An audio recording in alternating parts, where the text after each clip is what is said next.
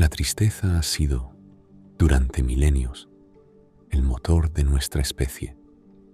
Es el origen de la poesía, el combustible de la revolución y el pegamento que nos une en el dolor ajeno. Pero para la salud pública moderna, la tristeza era simplemente una ineficiencia química, un error en el sistema de recompensas del cerebro que causaba billones de horas de baja productividad. Bienvenidos a Horizonte Negro. Hoy exploramos el día en que dejamos de llorar para siempre. Bienvenidos a la cura final. La vacuna Ataraxia 9 no era una terapia para la depresión, era un rediseño del sistema límbico. Una sola dosis eliminaba la capacidad de sentir angustia, duelo o melancolía. La promesa era simple: una vida de calma imperturbable. Elena fue una de las primeras voluntarias. Como enfermera en una unidad de cuidados intensivos, el peso del sufrimiento humano la estaba destruyendo. Tras la vacuna, el cambio fue milagroso. Las muertes de sus pacientes dejaron de quitarle el sueño. Las lágrimas de los familiares se convirtieron en simples datos acústicos, frecuencias sonoras que ella procesaba sin que su corazón se acelerara un solo latido. Elena era eficiente, precisa y terriblemente tranquila. Había alcanzado la paz que los monjes buscaban tras décadas de meditación, pero lo había logrado con un pinchazo de 5 segundos y una suscripción mensual de mantenimiento. Sin embargo, el cerebro es un ecosistema delicado de contrastes. Al eliminar el valle de la tristeza, las cumbres de la alegría también empezaron a erosionarse. Elena descubrió que ya no podía sentir el alivio del reencuentro, porque nunca había sentido la angustia de la ausencia. El amor, que se nutre del miedo a la pérdida, se transformó en una simple transacción de compañía conveniente. Pero el efecto secundario más devastador de la Ataraxia 9 no fue la apatía personal, sino la muerte de la empatía colectiva. En un mundo donde nadie puede sentir tristeza, el dolor de los demás se vuelve invisible, un ruido blanco que no merece nuestra atención. La sociedad se volvió un desierto de sonrisas congeladas. En las noticias, las catástrofes se reportaban con la misma indiferencia que el pronóstico del tiempo. Si veías a alguien sufriendo en la calle, no sentías el impulso de ayudar, porque tu cerebro era incapaz de sintonizar con su frecuencia de dolor. Éramos una civilización de individuos funcionalmente perfectos, pero moralmente estériles.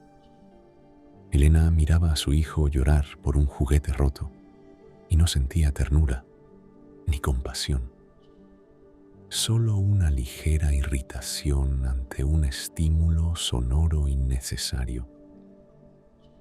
La cura final nos había liberado de la pena, pero nos había arrebatado lo único que nos obligaba a ser buenos los unos con los otros. La verdadera cara de la Ataraxia 9 se reveló cuando las leyes empezaron a perder su sentido. La justicia humana siempre ha dependido de la capacidad de un juez o de un jurado para sentir la gravedad del daño causado.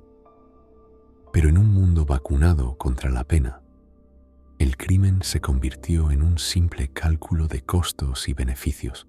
Robar, herir o destruir ya no generaba culpa en el agresor, ni indignación en el testigo. Elena veía los juicios por la red y notaba cómo los acusados explicaban sus actos con una lógica gélida y perfecta.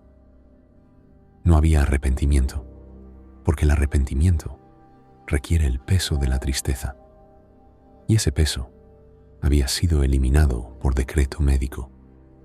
La arquitectura de las ciudades también comenzó a cambiar.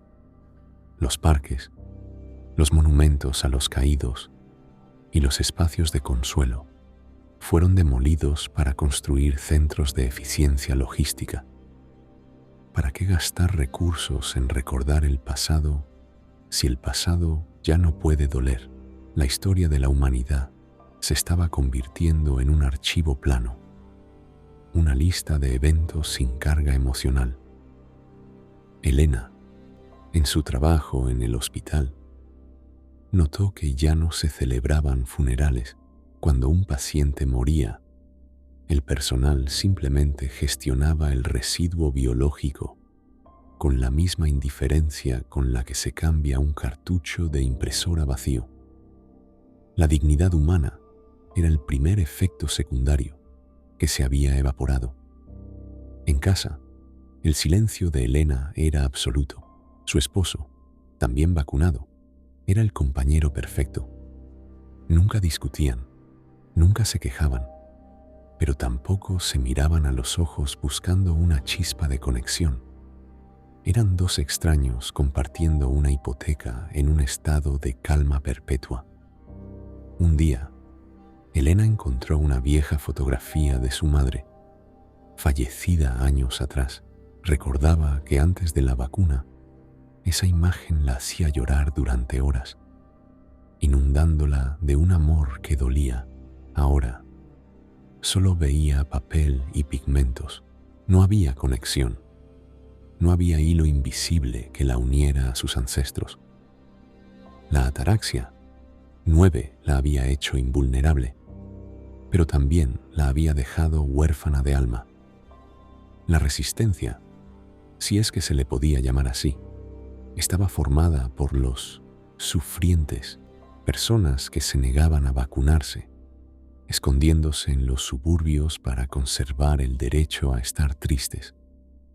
Eran perseguidos no por ser peligrosos, sino por ser poco saludables para el clima social. Elena recibió la orden de denunciar a cualquier paciente que mostrara signos de melancolía. Se dio cuenta de que el sistema no buscaba su felicidad, sino su obediencia absoluta a través de la anestesia emocional. Sin la capacidad de sufrir por una injusticia, nadie tenía el valor de rebelarse contra ella. Estábamos viviendo en una utopía que se sentía exactamente igual a una tumba. El punto de ruptura de Elena no vino de un gran evento, sino de un detalle minúsculo. Estaba limpiando un cajón cuando encontró un viejo frasco de perfume de su madre.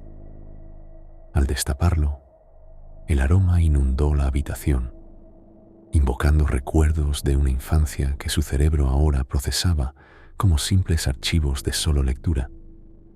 Sintió la presión en su pecho, ese fantasma de la tristeza intentando emerger, pero la ataraxia 9 actuó de inmediato, enviando una señal inhibitoria que aplastó la emoción antes de que pudiera florecer.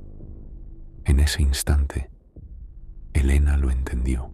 No estaba en paz, estaba mutilada, había cambiado su alma por una ausencia de ruido, y el precio era una soledad que ni siquiera podía sentir. Se miró en el espejo y vio una máscara de porcelana, una mujer que podía ver el fin del mundo sin que se le moviera un solo músculo de la cara. Comprendió que la cura final era, en realidad, el suicidio más lento de la historia. Al eliminar nuestra capacidad de sufrir, habíamos borrado nuestra capacidad de importar. Elena decidió dejar de tomar las dosis de mantenimiento, sabiendo que el síndrome de abstinencia emocional sería devastador. Prefería morir ahogada en el mar de su propia tristeza que vivir un siglo más en el desierto de su indiferencia. Porque el dolor no es un error de diseño, es la prueba de que todavía hay algo en nosotros que vale la pena salvar. En Horizonte Negro, hoy bajamos el telón de esta etapa una certeza incómoda. Hemos explorado parches que nos quitan el sueño, virus que nos obligan a comer datos y códigos que nos dicen quiénes debemos ser. Pero ninguna tecnología es tan peligrosa como aquella que intenta arreglar nuestra humanidad. No busques la cura para tu tristeza, porque en esa sombra es donde se esconde tu capacidad de amar, de luchar y de cambiar el mundo. Acepta tu fragilidad, abraza tu melancolía y, sobre todo, no dejes que nadie te convenza de que estar roto es algo que debe ser reparado. Gracias por ser parte de estas más de 2 horas de oscuridad y reflexión. Esto ha sido Horizonte Negro. Hemos cruzado una meta juntos, pero el futuro sigue siendo un territorio inexplorado y lleno de grietas. Si todavía puedes sentir un nudo en la garganta al escuchar esto, felicidades, todavía eres libre. Suscríbete para lo que está por venir o simplemente quédate un momento en silencio, sintiendo todo lo que el sistema quiere que olvides. Buenas noches y que tus sueños sean tan imperfectos y hermosos como tú.